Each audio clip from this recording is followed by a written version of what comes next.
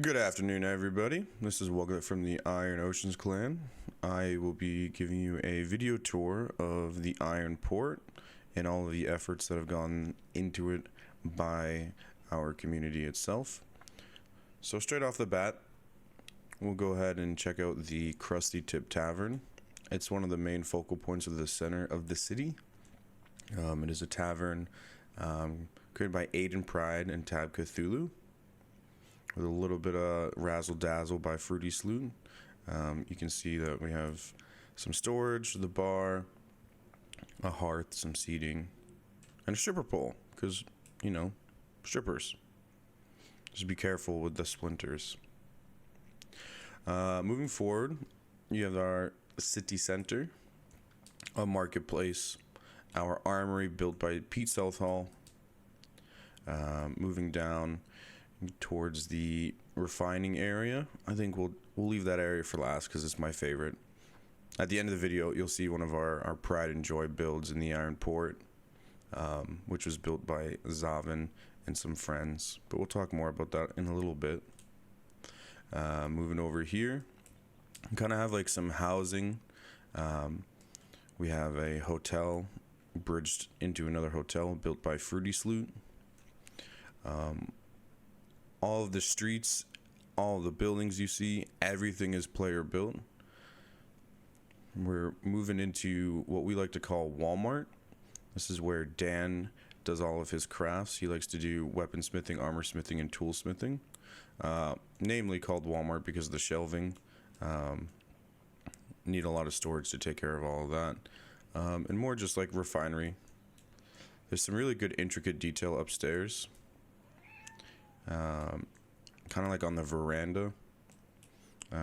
You can see like the whole, like the holy roof kind of veranda part. Very expensive to build, but it looks beautiful. As we move down and out of Walmart, I think across the street we have the stables, which was built by Miss Shadow. Very, very nice structurally. And like you walk into this building and you know it's a stables, despite not having any animals in it, except for Nighthawk's mom. As you leave here, we come down to pretty much a conceptual build. Down at the end of the road, you can see our gate.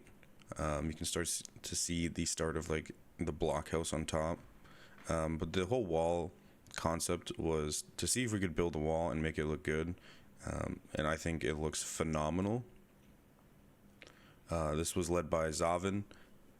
The walls are all like nicely built and clean. The gates are also very nicely clean and built. All aesthetic so far.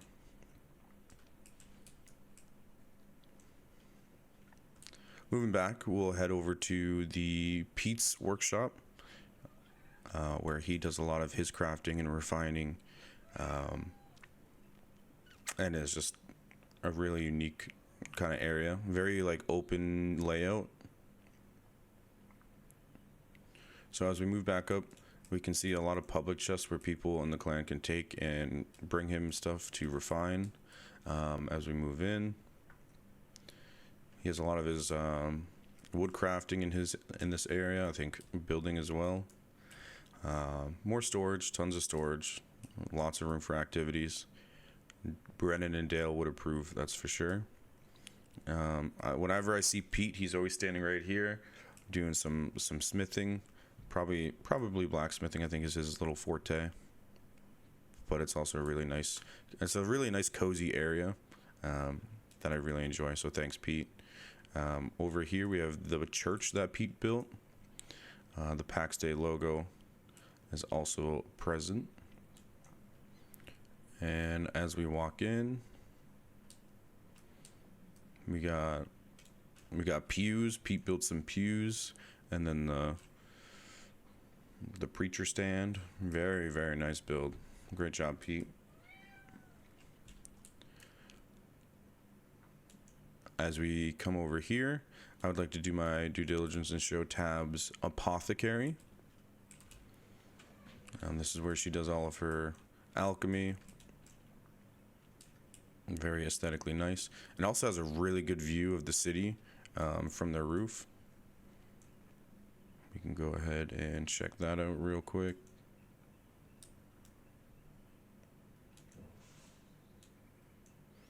Just a really nice view of the center of our city.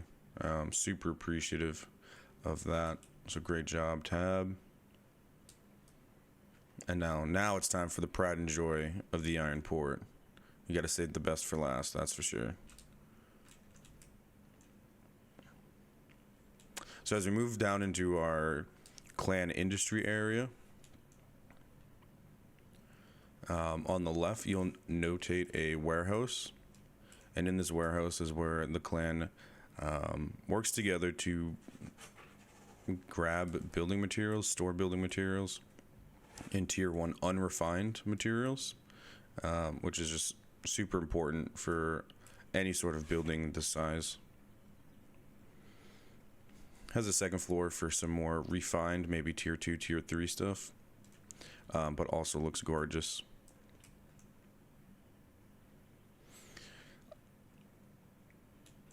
Back here we have some leatherworking buildings, tailoring buildings that are for clan use. Across the street we have our horseshoe shaped refinery area. As you'll see on the top right of this area, it's where all of our smelting happens. On the left side of the horseshoe we have all of our crafting benches, but again, looks fucking phenomenal. As we move down here, let's kind of hide it a little bit. Let's go around the corner. You can see the water wheel. Make sure you guys see that. Looks great. Zavin, I think, is the builder of that. But we'll go up here so you guys get the good view. There's someone's dead body. But this is the pride and joy. This is the Iron Praetori. We spent a lot of time gathering resources for Zavin, Foxy, and Miss Shadow to complete the ship build. I feel like the ship deserves its own video, but we'll go ahead and kind of stuff it in at the end of this video. There's so much detail in this ship. It's just mind-blowing. As you move up to the forecastle, you got that intricate detail I was talking about earlier. Very well placed. You have the captain's quarters moving in over here. Definitely needs a little bit of decoration. You got a view of the river.